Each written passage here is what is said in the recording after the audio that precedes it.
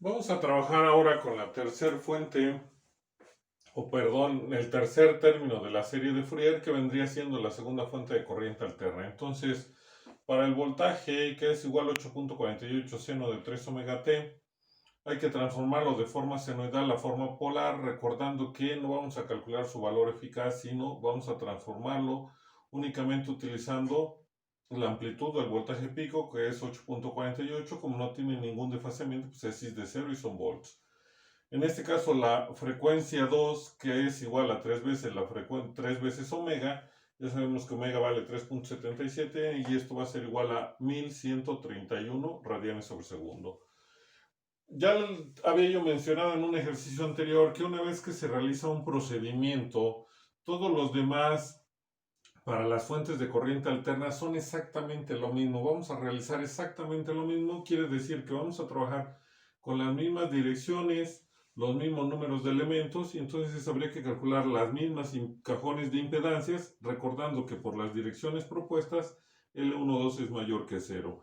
Y en este caso la impedancia 1 es 20 más 12i, la impedancia 2 es 30 más 18i, la impedancia 3 es menos 8.33339i, la impedancia 4 es 10 y la impedancia mutua 1,2 es igual a 6i. El circuito que tenemos es exactamente el mismo que utilizamos con la primera fuente de corriente alterna. Eso implica, lo único que estamos cambiando es la fuente, que ahora vale 8.48, y las impedancias, el valor de las impedancias de cada uno de los cajones, incluyendo la mutua. Entonces, nuevamente del circuito que tenemos, la corriente de la bobina que nos proporciona la segunda fuente de corriente alterna sigue siendo J1 menos J2. La corriente del capacitor es igual a la corriente de la malla 2 y el voltaje del capacitor es igual a la impedancia 3 por la corriente de la malla 2. Hay que calcular las impedancias propias y mutuas y, repito, es el mismo circuito, son las mismas condiciones, lo único que cambiamos es el valor de la fuente, la frecuencia de trabajo, por lo tanto los cajones de las impedancias se modifican.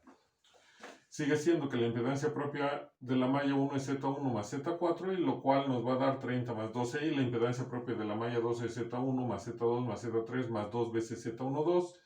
Ya sabemos por qué, lo vimos con la primera fuente de corriente alterna, y en este caso nos va a dar como resultado 50 más 33.66.661i, y la impedancia mutua 1,2 es igual a menos Z1 menos Z12 y es igual a menos 20 menos 18i. Las ecuaciones de malla son 30 más 12i por la corriente de la malla 1 más menos 20 menos 18i por la corriente de la malla 2, y va a ser igual a 8.48. La corriente de la malla 2 es igual a menos 20 menos 18i por la corriente de la malla 1 más 50 más 33.66.661i por la corriente de la malla 2, y va a ser igual a 0. Lo único que vamos a estar haciendo es sustituir datos. Vamos a hacer exactamente lo mismo para la tercera fuente de corriente alterna y la cuarta fuente de corriente alterna. Se podría decir que podemos dejar la misma estructura, únicamente vamos a modificar el valor de la fuente, el valor de la frecuencia, los valores de las impedancias de los cajones de impedancias, el circuito quedaría igual, esto se mantiene. Hay que volver a calcular las impedancias propias y mutuas, escribir las ecuaciones de malla y calcular ahora las corrientes de la malla 1 y de la malla 2. Siguiendo ahora con la fuente que estamos trabajando, que es la segunda de corriente alterna, al calcular la corriente en la malla 1, por determinantes, esta nos queda como 0.37466 menos 0.04701i, y son amperes, mientras que la corriente de la malla 2 va a ser igual a 0.116853 más 0.00259i, y son amperes.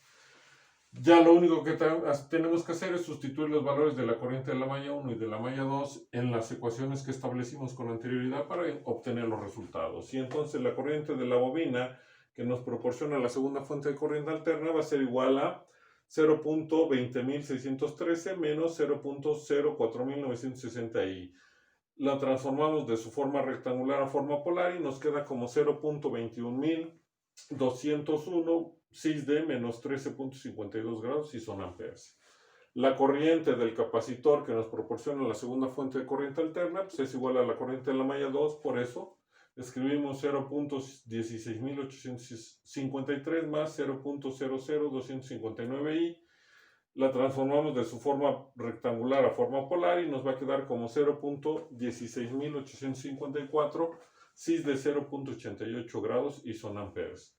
Y por último, el voltaje del capacitor, que es igual a la impedancia 3, que ya sabemos que vale menos 8.33339i, por la corriente de la malla 2, que ya se calculó, nos va a dar como resultado 0.02158 menos 1.40442i. Transformando de su forma rectangular a su forma polar, tenemos que es 1.40458 cis de menos 89.12 grados y son volts. Entonces ya realizamos todas las operaciones con la segunda fuente de corriente alterna, que sería el tercer término de mi serie de Fourier. Y ahora faltaría calcularlo con la tercera fuente de corriente alterna, cuarto término de la serie de Fourier, y con la cuarta fuente de corriente alterna, que sería el quinto término de la serie de Fourier, para poder calcular posteriormente la corriente eficaz en la bobina de 10.612 mH y el voltaje eficaz en el capacitor, así como su potencia media.